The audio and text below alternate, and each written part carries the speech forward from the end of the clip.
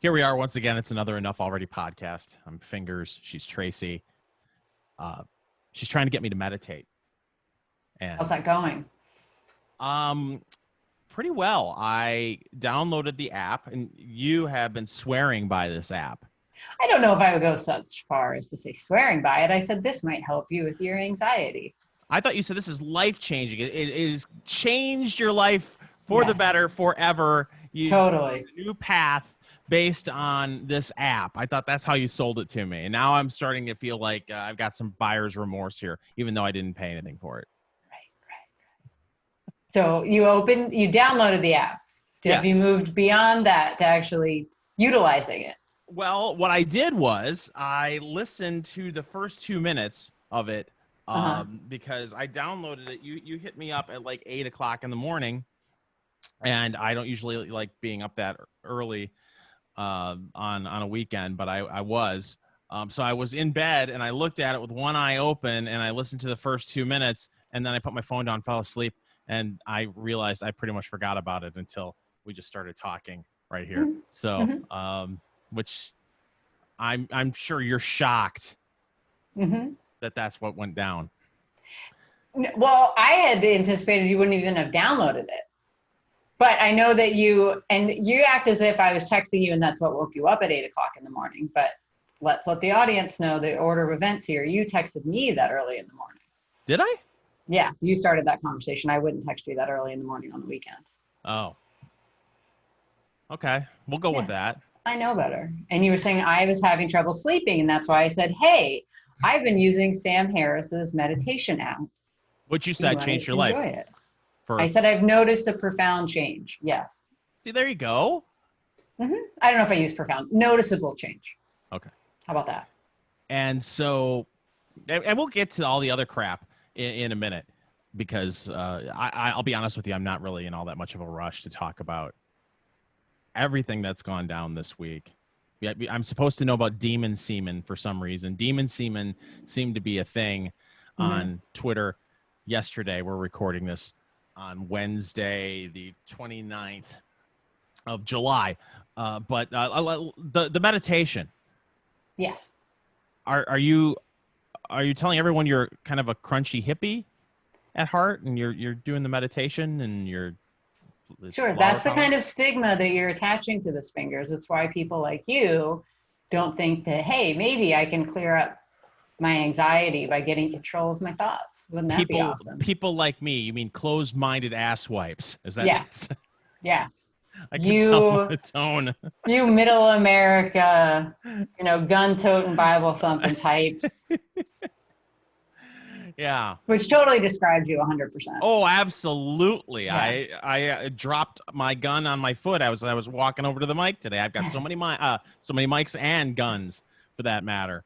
But yeah, so it's funny. We've talked at times about doing a different podcast, either revolving around food, diet, lifestyle of some sort, and this meditation thing just came out of nowhere. I didn't know that you were someone who meditates. Do you ever do TM? No, I think that's a scam. Yeah, if I remember correctly, you have to pay someone who they'll give you a word. Correct. What they do is, and I know people that have done it, and I don't disrespect them, and they say it works for them. But this is the deal. You pay them a ton of money, and then they give you a secret word. And I've done some digging on the internets, and according to the internets, they just pick one Sanskrit word, and I believe it's something that has at least 2 syllables and ends in an ing sound. And that's the magic. But your word is based on the year you were born and maybe the month, so that, say, we were born in the same year and we went in at the same time, we might have slightly different words, but we're not allowed to tell. We're sworn to secrecy. It's like some skull and bones type shit. You will lose the power of your secret word if you share it with anybody else. Is the secret word Xenu? Yes. Could be Xenu-ing. I think you really want that at the end. Oh, okay. There's something about the resonance of that. Which is the magic. But all it is then you just repeat that word over and over again. So you get your mind focused on that and try to to the detriment of everything else. Whereas the method that Sam Harris is teaching, and I actually looked it up because he mentioned it the one day, what it's called Vipassana. So Vipassana. And the difference in this version of meditation practice is that you're not beating yourself up if you have another thought come into your head. So it's not like, damn it, anytime, you're sitting there and you're trying to follow your breath and all that lovely stuff, and then something pops up and you're like, I've already screwed this up. I haven't even made it 30 seconds, right? Well, and that's a lot of what anxiety is. And it's the absolute dumbest shit that will pop into your head. I have had situations where I've been around people and my memory will be triggered to something that I found embarrassing 20, 25 years ago. And it could be a song or, a lot of times. You're embarrassed about owning that train record? Is that what this is? Yes, exactly. Train would be embarrassed owning a train record, yes. But that's neither here nor there. No, but maybe an aroma or something that can trigger a memory, and I will actually look like I'm in pain. I'll have a reaction like, oh, son of a bitch, and it'll be something that it could be 20. It could be something back in high school, and so something like that, I guess, could be beneficial if it could not only give you the freedom while you're meditating to clear thoughts like that out of your head, but if it could also help retrain your brain to not have that reaction when you think of something that, when you have anxiety, is incredibly embarrassing to you, to the point where people will be like, are you okay? Because you have a reaction about a memory from 30 years ago. If it can retrain your brain, or at least help you cope with stuff like that, to where you don't look like you stepped in a bear trap. Remembering something that, another thing about anxiety too, is it's something you think is very significant, but anybody else around you wouldn't give two shits about it. So, as are most of the things that happen inside your head. Yes, that's true. You've been, I'm not going to say you're into self-help stuff, but I have been noticing recently, when we've been talking, that you have gravitated towards stuff like this app and other things where it's either trying to retrain your brain into having different thought processes, how to analyze things differently than what you're used to. Yes. Was there a question in that? No, I thought maybe you would throw out some examples of some of the stuff unless it's too personal. Oh, no, I don't mind. No, I'm studying this kind of stuff for a multitude of reasons, and one of them is to facilitate communications. And so I started out by studying what's called NLP, which is an acronym for Neuro Linguistic Programming. And now that sounds nefarious, right? Just those words crammed together, but the reason it ended up with that title is kind of a long, winding story, but it ends up with one of the founders getting pulled over by a cop, and he had a bunch of books in the car. One was a programming book, computer programming. One was a linguistics book. I believe it was Chomsky's. And then the other one was about neurology. And so he told the cop that he was speeding because he was late for work. And the cop said, "What do you do?" And he kind of looked around and grabbed what was in his immediate vicinity and said, "I'm a neuro-linguistic programmer." And so it kind of works because it is examining how your brain functions and then overlaying linguistics, which are the words that you choose to use, and how that all gets programmed. So like you're saying, you could smell something and then it's going to pull up this memory for you that seems totally unrelated, but somehow your brain has stored those two things as linked. So it's kind of examining how you've built up these patterns in your brain that then go down the line of triggers, and trying to see those patterns in other people. So one of what they call a presupposition in NLP is this idea that the map is not the territory. So I don't know if you immediately understand what that means. No, we'll keep going. So if you have a map, like let's just take this as simply, like you're taking your GPS on your phone to navigate somewhere. Well, the map and what you're seeing are two totally different things. The map is just a weak representation of what you're seeing. It doesn't have every tree or fence or the neighbor sitting out on the porch yelling at somebody for not wearing a mask. So the idea is that we all make maps of the world, but they don't represent reality. And you can tell the edges of somebody's map by listening to them and how they've kind of mapped out the world. So you might run into something where you say, I can't do X. So that tells me your map has come to an end right there. So I'm trying to get you to go beyond that and tell me, okay, the response that they would say to use is to say, well, what would happen if you did? Because that makes you go in and actually think that through. Like, what would it look like if I was on the other side of this end of where my map ends? What if it extended and I got to whatever it was that I wanted to do? So understanding that, and then being able to use that in my conversations with coworkers and customers and things like that, I thought might be pretty helpful. And from there, I jumped over to studying hypnotherapy. And I'm in the middle of a hypnotherapy class now.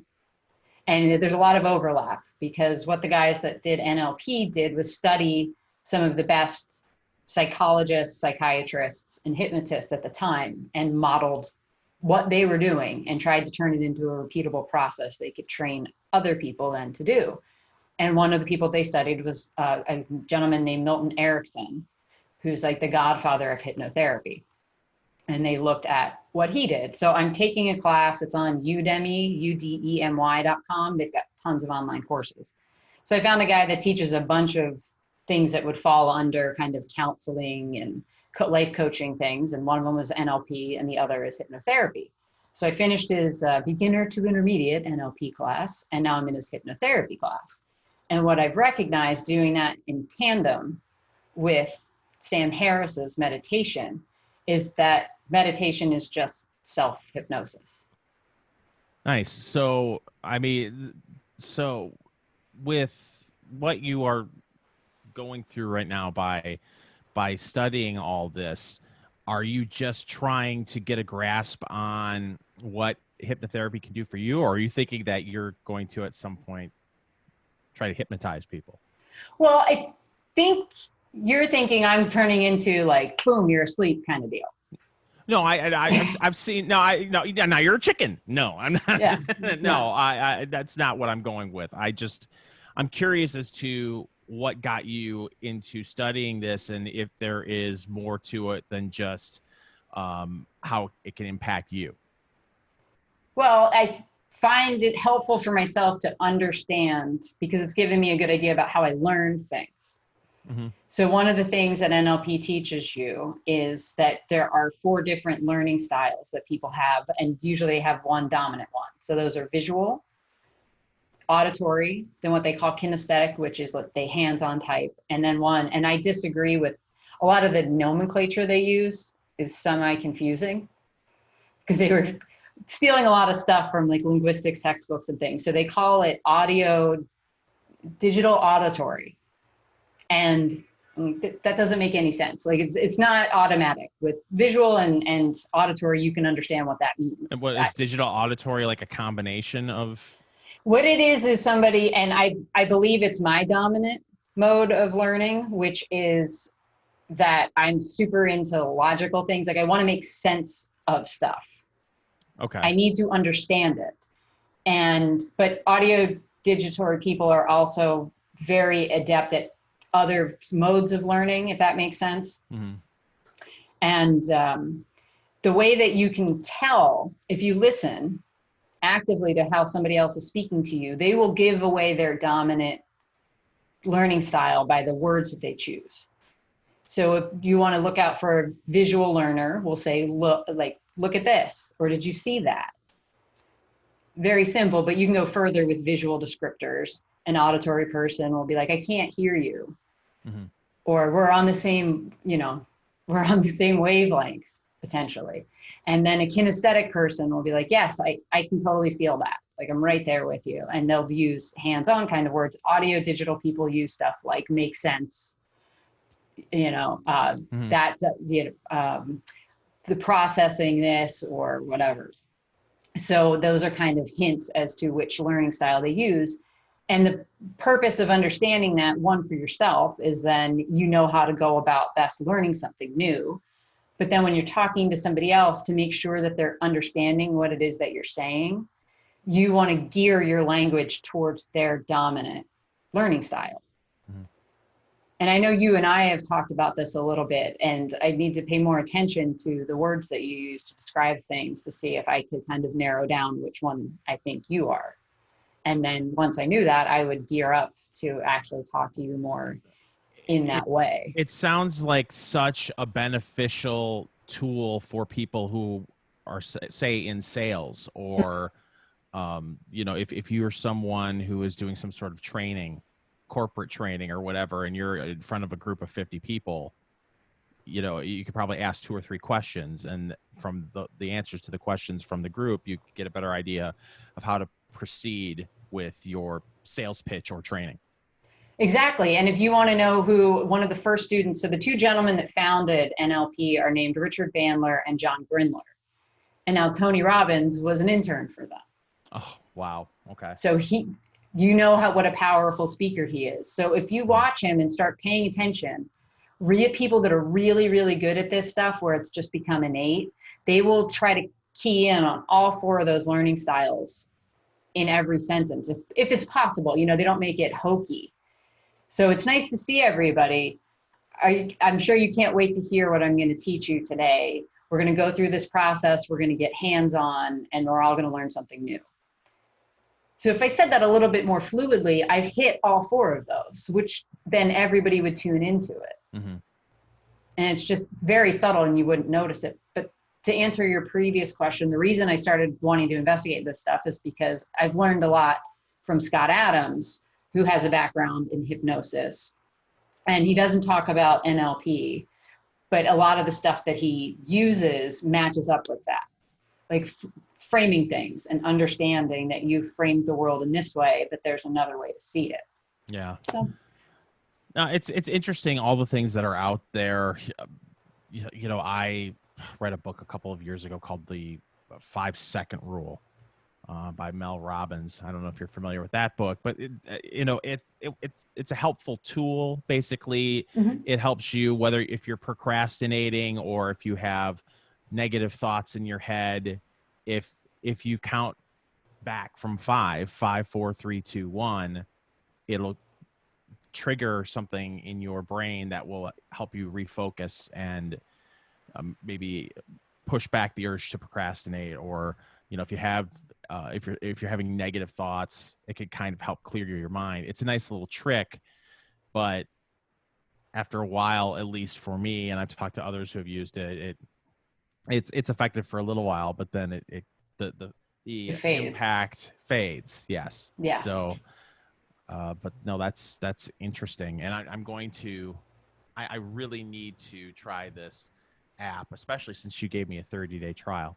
And that's courtesy of Sam Harris, because I did pay him for an entire year. Wow.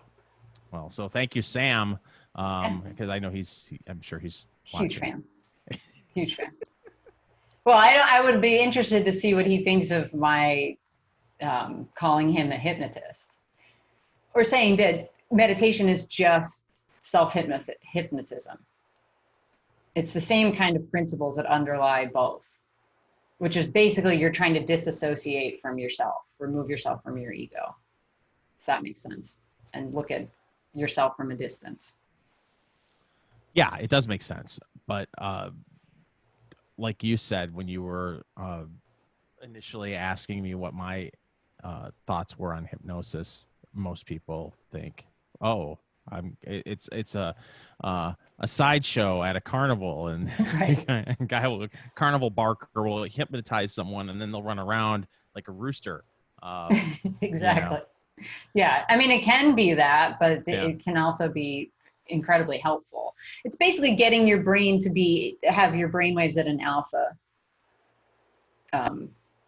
running in an alpha pattern. So gamma happens and it's really high frequency. That's when you're studying or you're totally engaged, and then it drops down. Alpha's kind of mid-range. So we all go, and that's called the trance state. Like you want to be in that mode for trance. And we all go into trances all the damn time.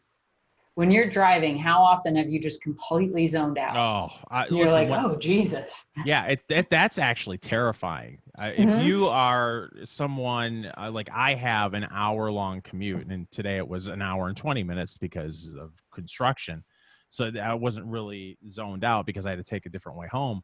But no, if you're driving the same route home every single day, day after day, week after week, month after month, year after year, sometimes you could zone out, completely veg out for 15 minutes before you're like, oh my gosh, what the hell was I doing there?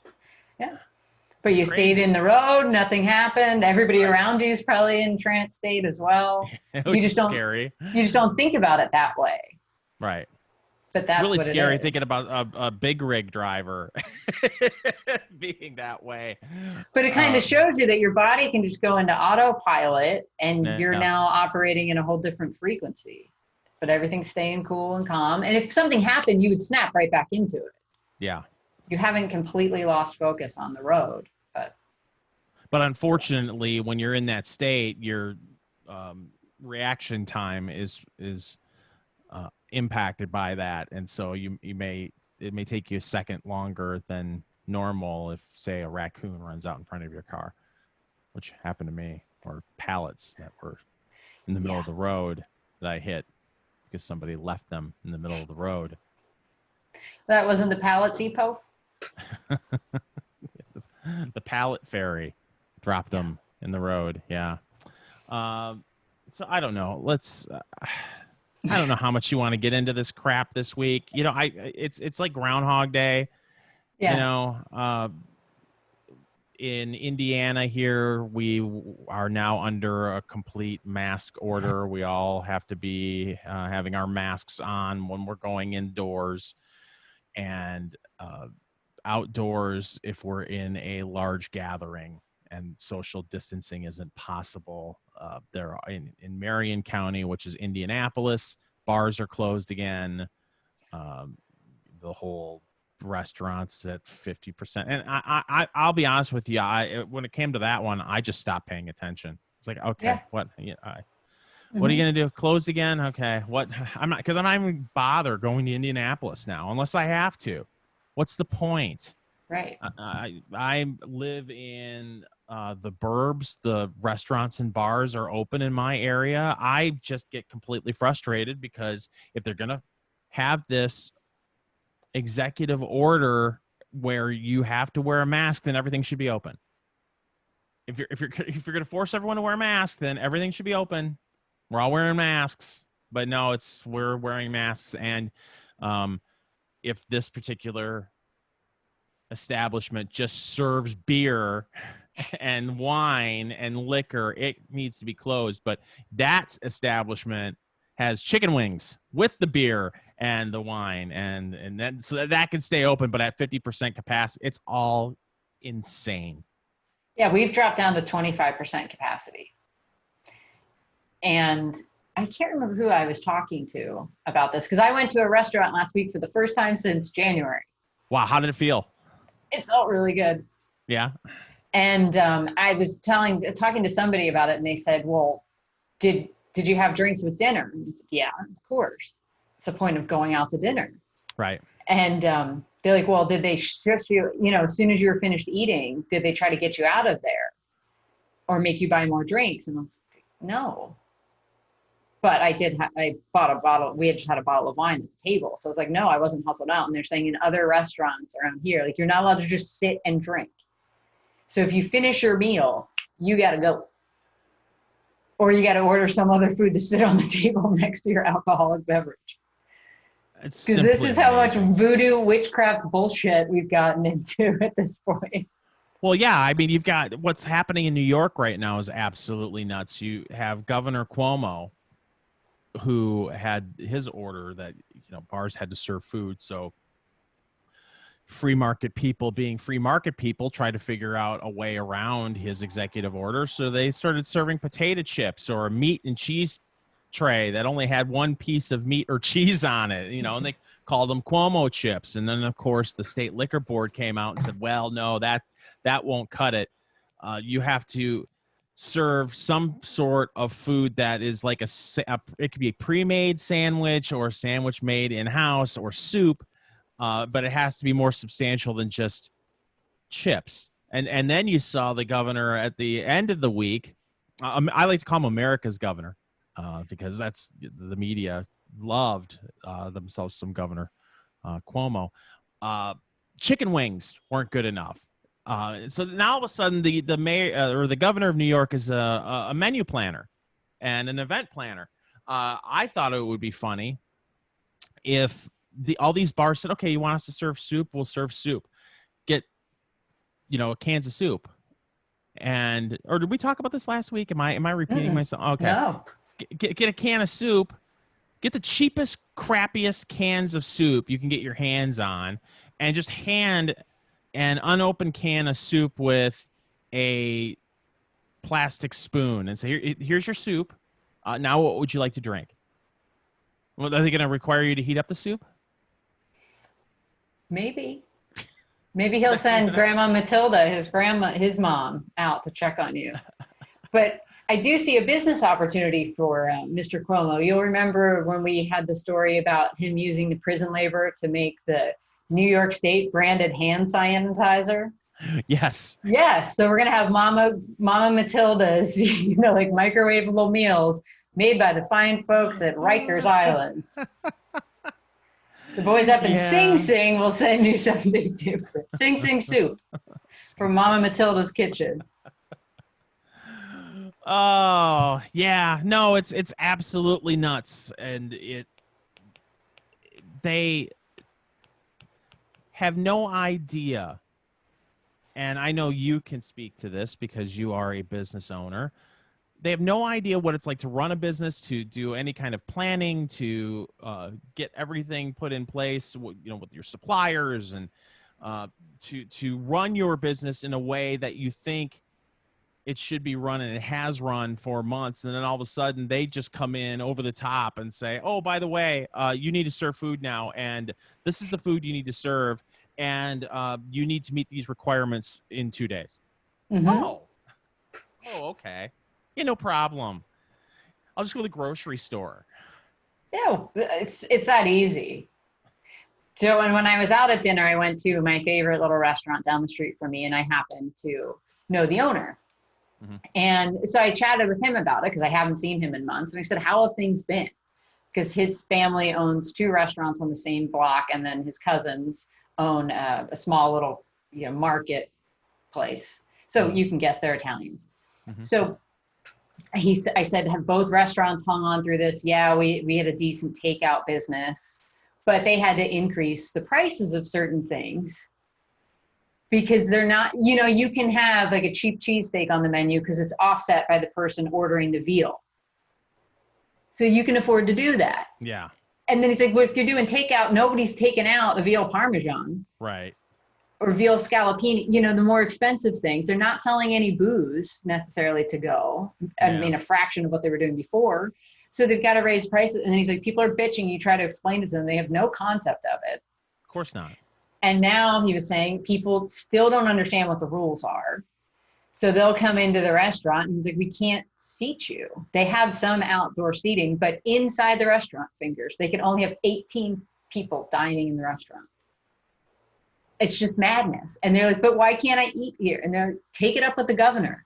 It was really funny because I walked in because it was pretty hot outside. And I'm like, well, we could sit outside. We could sit inside. I don't know. So we were kind of hemming and hawing about it. We walk in to ask for a table. And the waitress is like, would you rather sit inside or outside? And I said, we could go either way. And she's like, well, we're at capacity inside. So basically you have to go outside. Well, We've got 18 people. I know. Well, because we could have, I assume, waited for a table to clear up inside. Right. And I was like, well, that's ridiculous. And she goes, take it up with Wolf. And I was like, oh, okay. So we're just totally smashing the governor no matter where we are, huh? I love this. This is great. And so I did ask the owner too. I said, have you had inspectors crawling up your ass? Like, what's that whole situation like? And he said, no, there's one guy that's in charge of the general locality, and he stopped in one time and said, as long as you're not getting out of control or being egregiously flaunting the rules, we're not going to bother you. I was like, well, thank God for him. Oh yeah, no kidding. But I don't want to get out where he is or who he is, so these guys don't get shut down any further. No, it's crazy. Uh, we do this thing every year where we get together in different cities, a bunch of activists, media people, and this year we chose Austin, and it's supposed to be in a month, a little over a month. It's in September, and I've had people hitting me up privately because I'm the one that kind of threw this together. Um, that are to the point where they don't give a shit what is going on in Austin as far as if the bars are closed. Everyone that I've talked to who's still planning on going to this, they're so sick and tired of their current situation. They just want to change. They just want to change. And if they're in a room with a whole bunch of their friends, and even if it's a hotel room, and and a bunch of booze that they order in, then that it's going to happen. And I think you're seeing more and more of that, where people are just throwing their arms up in the air and saying YOLO. Especially with the mask ordinance. It's like, okay, if I got to wear a mask, I want to go wherever the hell I want to go. And you have governors that are once again talking about shutting all the shit down. So it'll be very interesting to see as we move into the hot days of August how much people are going to put up with anything like that. Or if you're seeing in Texas, for instance, bars just saying, "Screw you, Governor Abbott. We're going to keep our bar open. What you going to do?" In Indianapolis, I was hoping there were several little hot spots. Not COVID hotspots, but hotspots. Restaurants and bars. There's one street called Mass Ave. I was hoping that they would all. I was hoping one restaurant would say, "Hey, we're having a meeting, y'all," and have them all. Everybody stay open. What are you going to do? Yeah. What are you going to do? We're all staying open. Come get all of us. Yeah, and see what happens. People start. I just get a sense it's coming. It's coming. People are getting ready to push back, especially when they see all of these restrictions and yet still these huge protests going on. And it seems to be encouraged by one political party that these protests are going on. And many of those same people in that political party on the other side, through the other side of their mouths, are saying, well, you can't go to church and you can't keep your restaurant or bar open and you really can't have any gathering over 20 people. You can't have fans in the stands at the sports that have returned. Tell me, what's the difference? I saw a story that South Korea is allowing fans into their baseball games. So they have people sitting in every other seat wearing masks. It's like, that seems to be the same as a protest. The protest people are way closer than that. Yeah, no, it's going to be interesting to see how these things move forward, because you've already had baseball players test positive. We're only not even a full week into the season. I believe the Florida Marlins had something like 14 players test positive. How baseball is going to handle this, not only for the players, but right now I've been told by more than one season ticket holder from the Indianapolis Colts that the NFL is still planning on 25% capacity for their games. Now, I don't even think they're going to. Honestly, I would love to see an NFL football kick off the first week of September, but I'll be shocked if that happens, especially if things keep going down the way they are in Major League Baseball. But they're talking that they'll have 25% capacity at NFL games, and the Indianapolis 500 is being run at the end of August, and they're going to have 25% capacity there, which, I don't know. Isn't that like 25,000 people? That's 87,000 people. That's 25% capacity is 87,000 people? Yeah. Wow. But they're spread out. I mean, that track is huge. Yes. It's a 2.5 or 3 mile track. I don't know. I'm not a big racing guy. So, but what I'm going to be interested to see with that is, listen, I've been to an Indy 500 because what the hell, I got free tickets and it's Indianapolis. And I've been to the NASCAR, the Brickyard 400. And sitting in that raceway with you know, the temperature being 90, 95 degrees and you got to wear a mask for 4 hours.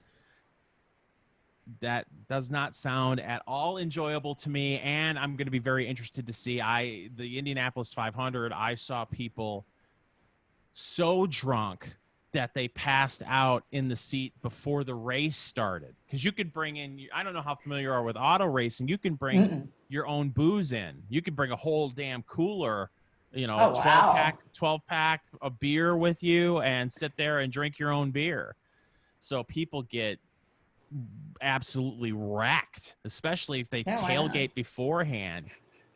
So if it's 90 degrees and, you know, you've got to wear that mask, I'll be very interested to see how security handles this, because you know damn well after a while people are like, screw this, and just throw the mask, you know, away or have it hanging from their ear the whole time and, you know, wait for security to come and then put it back on. And how are you going to handle people who are trying to drink with the mask? You know, we talked about that when I was at the casino. They had very similar mask rules, and people were smoking and drinking and they just had their mask hanging on their ear. How are you going to handle that if you're a security guard at the Indianapolis Motor Speedway? Are you going to get in a battle with 87,000 drunks over their masks? Good luck. Probably not. No. No, I mean, I think it's time that we have an adult conversation about this and just come to terms with the fact that we either shut down everything again, and I mean, literally shut down everything. Mm-hmm. None of the economy moves. Nobody leaves their damn house for 2 to 3 weeks. But you also have to shut the borders permanently then, because that's the only way to stamp it out.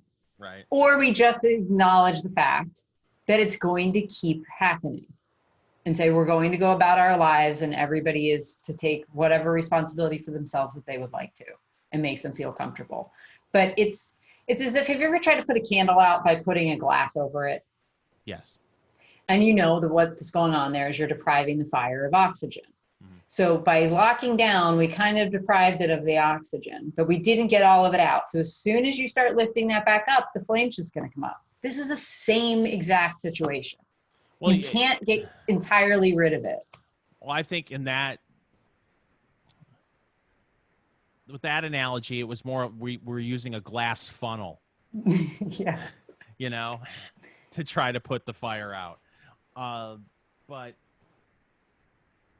I just don't see the American people going with another lockdown. And I don't think it'll be interesting because, you know, we're getting closer and closer to the election. Will politicians have the guts to do something like that so close to an election where people are just freaking pissed? But this has become so political.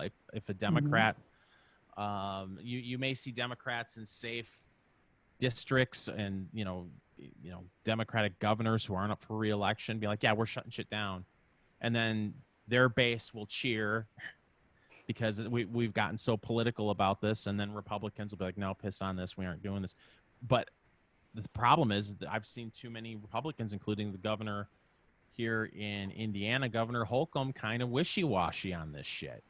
You know, you talk to Texans, they were pretty happy with Governor Abbott up until this whole COVID-19 age we're living in now. And now they're pretty pissed. So I don't know. I just can't see it, especially with schools getting close to the school year is getting close to start.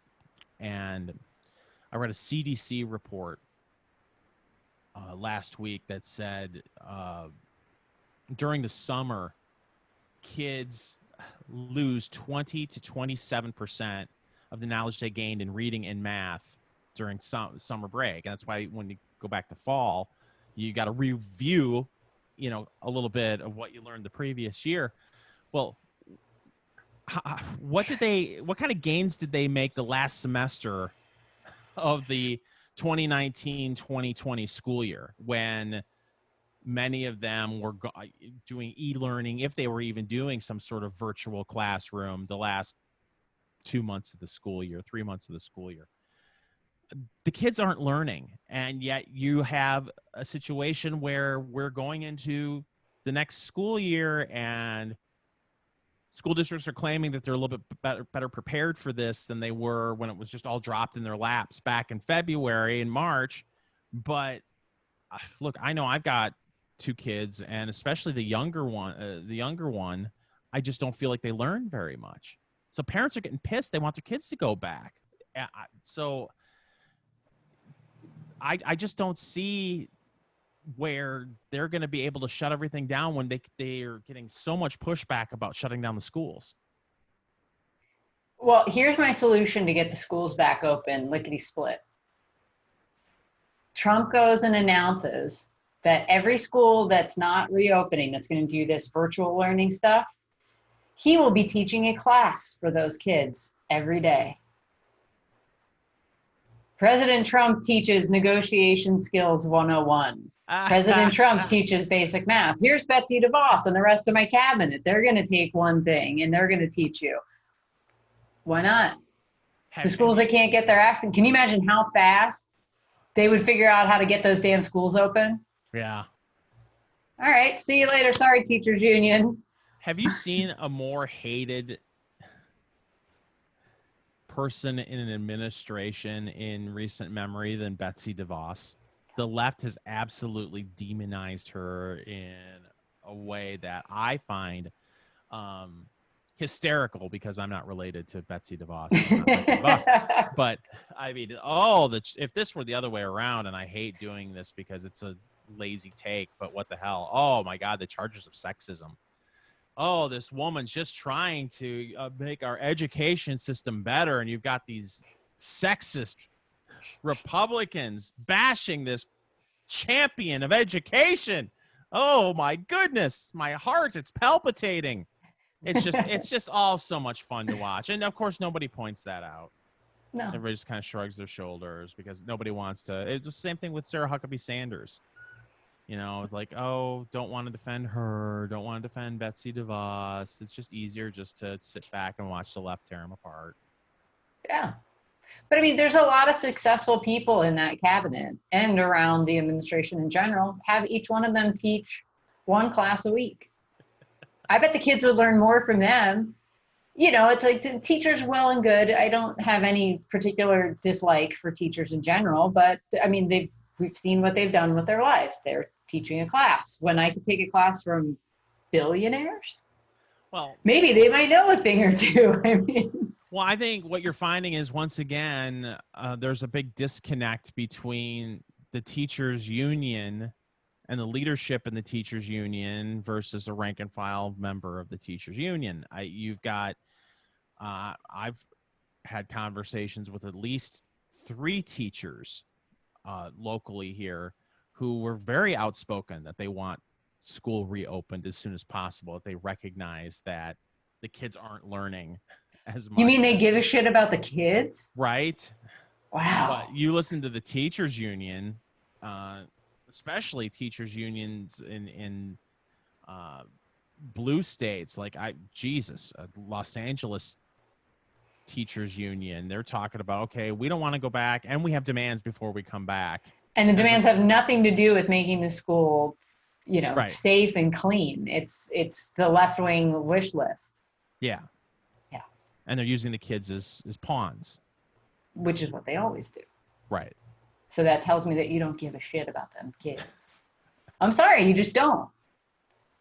This is not about the children. This is all about protecting adults, which is always what it is in that whole system. I mean, there was that huge cheating scandal years ago. Do you remember? And they're all protecting the teachers. I think it was in Atlanta or something where they were all cheating on the standardized tests. I vaguely remember that, but that's, again, something that's not very surprising. And we've seen the rubber rooms in New York. O'Keefe has done a lot of good videos about that, or bad teachers that have assaulted kids, be it physically or sexually, or just, we'll put you in the timeout room and you get your full salary. You think about what you did. Because our number one priority is the safety and well-being of the children that are entrusted to our care every day. Yeah. Give me a break. No, it's very frustrating because, going back to the COVID-19 stuff, I keep, the Weather Channel, oddly enough, their app does a really good job with updating numbers.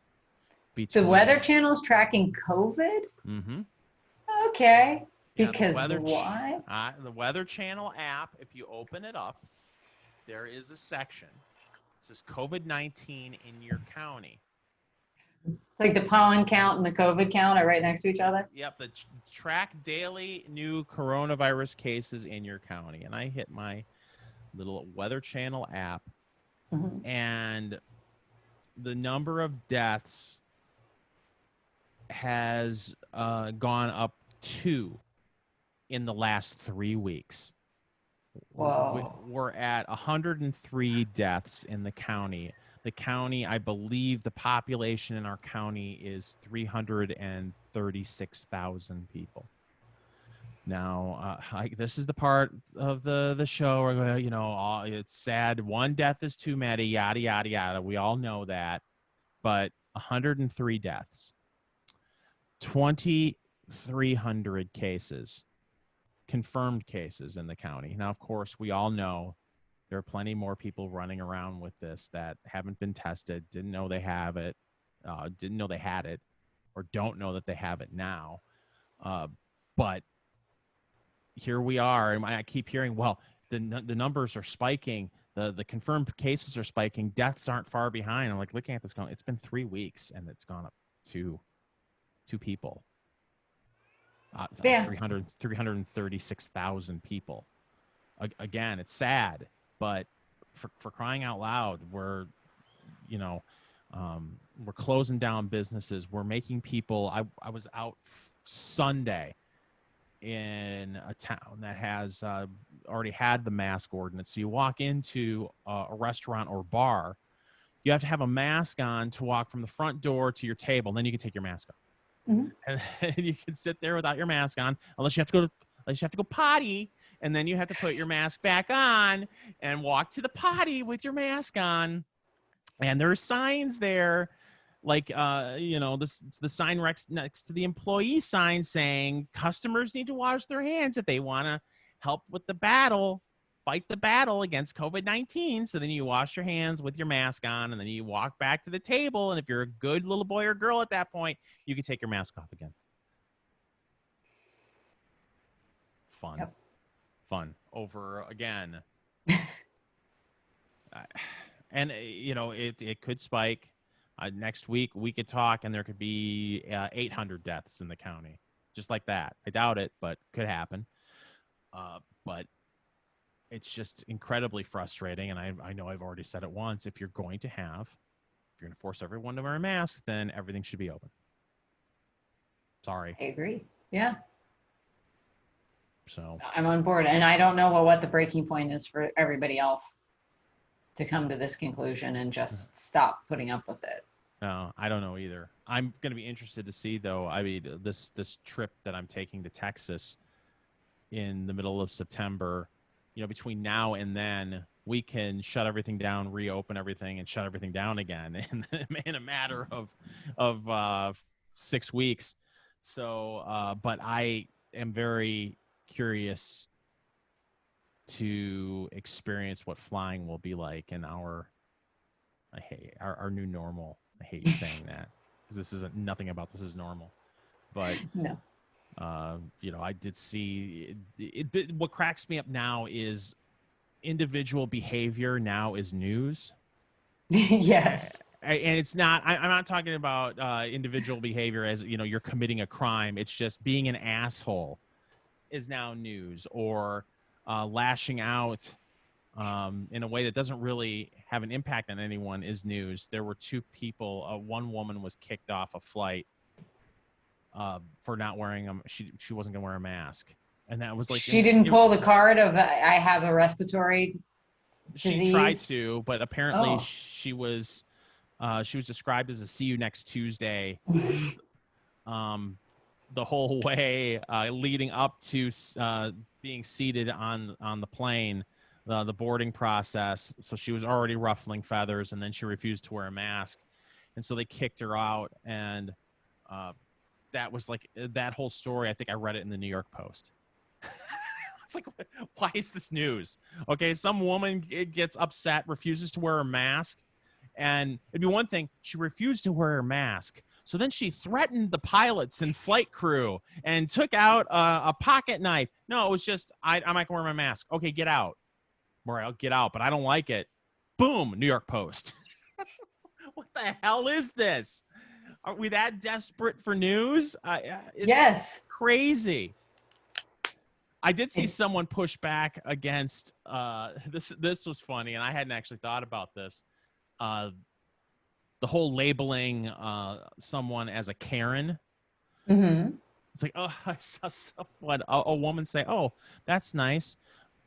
So now we are mocking women who have an opinion on something. I thought we were supposed to be able to share our opinions freely. We're women.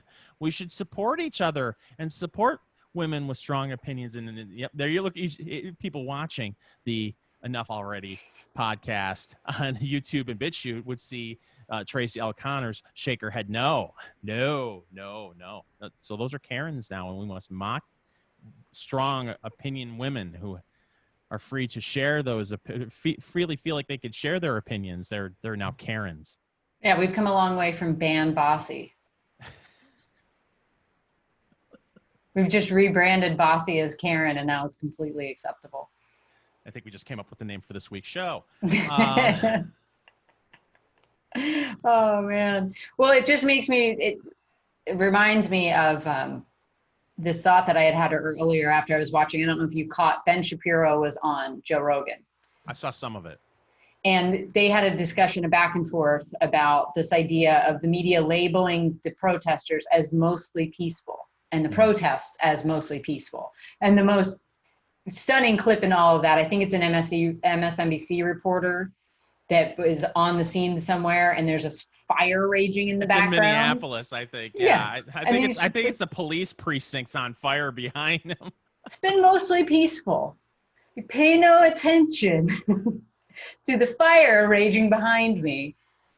Mostly peaceful. So Shapiro is making this point, like this is absurd, and he took it to, O.J. Simpson was mostly peaceful that day, if we want to look at the 24-hour period. And I thought that was a good point. But it got me to thinking, people are getting canceled for one tweet.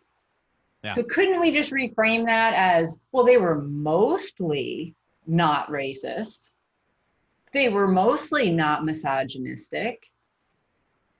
Can't we just agree to this one scale that you guys have, this mostly scale that we've now we're all taken on? Yeah. Let's push this. That's a good point. There's in central Indiana, there's a town called Noblesville, and they had some sort of, there was an outdoor performance of these kids, little kids singing and dancing. They were probably like 9 or 10 years old, and they were singing a song from Hairspray. I'm not a Hairspray fan. Well, they just took, from what I'm told, Hairspray is a musical, correct? Mm-hmm. John Waters, who is irreverent and hilarious, and you might like some of his films if you watch them, but that's his music. One of the lyrics... Well, he made the movie, not the... Anyway, go ahead. Yeah, well, one of the lyrics in the song uses the N-word, but not N-I. I don't want to use the word because even that word could get... It's N-E. Oh, yeah. That could get this show flagged. N-E Day. Okay. It's a song lyric. And interesting. And that triggered people in the crowd who were filming it, and they put the video up on Facebook, and this dance studio that was in charge of the performance has, they may as well be on some sort of hate group list now because... Well, yeah. Who made that decision that it was all right to sing that word? Listen, it was a dumb decision, but I'm sure that they were thinking, oh, it's Hairspray. Everybody knows Hairspray. And it's like, well, no, everybody doesn't know Hairspray. It was a dumb move, but I'm sure they weren't thinking, oh, we can secretly get in a little racist jab by having these kids sing this song. It's just like, okay, it was a stupid moment, but this dance studio, this business, I know it's been here for a little while. I don't know if it's been here for decades. Can just be canceled just like that over some... It could get burned to the ground. Yes. It's ridiculous. So, no, that's a good point. That's a good way to spin things. It was Hey, listen, there was one word Yeah. in a 2-minute song. It's If this is our new standard, it's yeah. mostly not offensive. Yeah, no, it's maddening to see what has become of the media, because as someone who used to go to Tea Party protests and hear Tea Partiers described as terrorists, and you talk about peaceful protests. You'd go to a protest in Washington D.C., 100,000 people would show up, and the park would be cleaner than it was before the protest. Mm-hmm. And the way that these people were completely slandered and made to sound like that they're the worst people on the planet, racists and terrorists, and now you've got people in this round of protests destroying buildings and burning shit to the ground, and apparently federal courthouse. We have a war now with federal courthouses and around the country, and that's mostly peaceful. It's amazing. Sure. And I have to wonder about why all of a sudden they went after the federal buildings. It's almost as if they wanted to provoke a federal response. Because I told you, I've been to 5, maybe 6 protests, on the lefty protests, and they always seem to neglect the fact that the politicians are the ones that make the laws that then the cops enforce, and they just focus the hate on the enforcer. Right. Instead. And it's just like, okay, if you get attacked by a pit bull, are you mad at the dog or the dumbass that let the dog out, that owns the dog? And Right. this is what we're talking about. And let's not get mistake. I'm not sitting here calling cops pit bulls, but you get the analogy. Yes. And I had that discussion with a young woman that I met at the protest march here when I marched along with them, and I'm sitting there periscoping, trying to add a little bit of color commentary to the whole thing. Mm-hmm. And I'm watching where we're turning on the streets. And I said, I think we're headed to City Hall, because that makes sense to me. Yes. No, we ended up at the high school. And I'm standing there. Why are we at the high school? Are we here to yell at the teachers union and they're all, home virtually teaching people? Man, how does this even work? What's the congruency here? What does this have to do with anything that we're talking about? And nobody can answer that question, of course. But if this is a new phenomenon, let's go after the actual federal buildings. And I applaud them for showing up at Gavin Newsom's house. A bunch of people just chained themselves to his front gate. Good. Take it to their houses. Yeah. Just, let them do it, especially with the governors and the mayors that are just like, give people space to riot. They need to let off some steam. Okay, they can do that in your yard. Right. Where it's not on my dime to fix it. Yeah, you got the mayor of Portland shows up and wants to help lead the protest, and it was so hilarious to see the footage on the ground when he's there, because they're yelling at him to resign. One guy had a megaphone and said, "Don't let him speak. He's a fascist." Uh-huh. And people applauded that line, and you sit there and you think to yourself, my God, this mayor of Portland, who is so far to the left compared to most Americans, and he's not far enough left for these people. He may as well be a Proud Boy. He probably is. That's what it is. He's a secret Proud Boy. But he learned nothing from, was it the mayor of Minneapolis that got up and got this walk of shame? Oh, I don't remember. Do you remember that? And he looked like he was 15 years old. No, I don't remember. And they got in his face with the mic and said, will you agree to defund the police? And he tried to equivocate, and the woman holding the mic was like, no, dude, yes or no? And he said no. And it was just like, boo. And then they're all chanting, I think his name is Jared something. You don't remember this? And he slinked out. Remember that. No. And it turned into Game of Thrones, where they're just going, shame, shame, shame. And I'm not kidding you. They were literally saying that to him. And this was 2-3 months ago. So it's like, hey, Ted Wheeler, did you not see that? There is no appeasing these people. No. Because they don't even have coherent demands that you could say, okay, let's address this. Let's work this out. They don't want that. This is just burn the shit down. Mm-hmm. Yep. Well, at least the Democrats have nominated someone in Joe Biden who will be able to make the complex simple and be able to solve all of these problems when he becomes president of the United States. Well, and it looks like he's going to pick everybody's favorite cop, Kamala. That'll be a fun one. I'm serious. I saw a great T-shirt. I think Michael Malice had it posted up on his, somebody sent it to him. There was a picture of Tulsi Gabbard, and it said "cop killer" on it.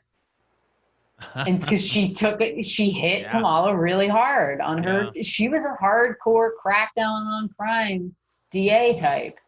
So she doesn't play. So how is she going to thread this needle now? Or can Biden step back and he can be the good guy that's just like, I don't know, she was a prosecutor. She might have a better idea about this. Because I can't imagine that if she was a prosecutor right now in one of these cities, you think she wouldn't be saying, hey, Mr. Mayor, this shit's got to stop. 4 years ago, maybe. Yeah, given her instincts and what we've seen her do before. Yeah. Threatening to throw the parents of truant children in jail. Let's see. The kid doesn't go to school, or you threw a Molotov cocktail. But see, the problem with Molotov cocktails, Fingers, is they're mostly peaceful. It's only the few moments where they're on fire and hurtling through the air and making impact that they're actually not peaceful. That's true. I think you're onto something here.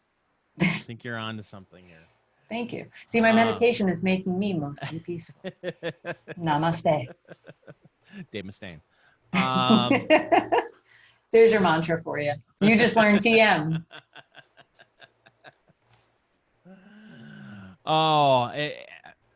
This is so winnable for the Democrats, and they may win walking away if Trump shoots himself in the foot and the Republican Party does what the Republican Party often does, which is screw things up. But my God, they nominate Joe Biden, which has to piss off I think I'm paraphrasing. I'm going to screw this up, but there was a top Bernie Sanders aide that said something like Nina Turner. Yeah, what'd she say? Something like it's like eating a half a bowl of shit or something like that to vote for Joe Biden.